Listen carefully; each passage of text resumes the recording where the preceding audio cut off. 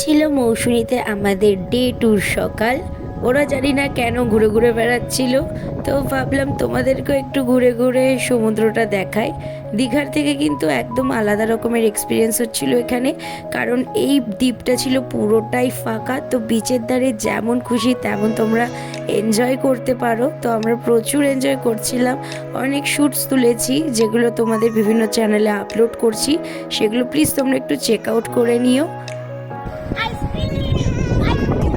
এরপরে আমরা চলে এসেছিলাম, আমাদের ব্রেকফাস্টে দিয়েছিল লুচি, একটা ডিম সেদ্ধ, একটা রসগোল্লার সাথে ওদের স্পেশাল তরকারি।